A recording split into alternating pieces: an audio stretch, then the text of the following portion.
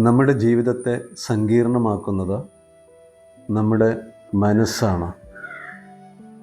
എന്നാൽ നമ്മുടെ ജീവിതത്തെ ലളിതമാക്കുന്നത് ഈ നിമിഷത്തിൽ ജീവിക്കാനുള്ള നമ്മുടെ കഴിവാണ്.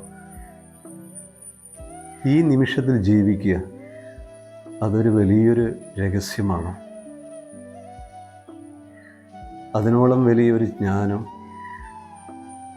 ഇല്ല. ഈ നിമിഷം വരുന്ന എല്ലാത്തിനെയും അതേപോലെ നമ്മൾ സ്വീകരിച്ച് ജീവിക്കുമ്പോഴാണ്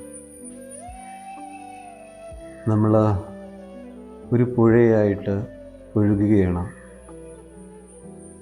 അവിടെ ഒഴുകുക മാത്രമാണ് നമ്മൾ ചെയ്യുന്നത്.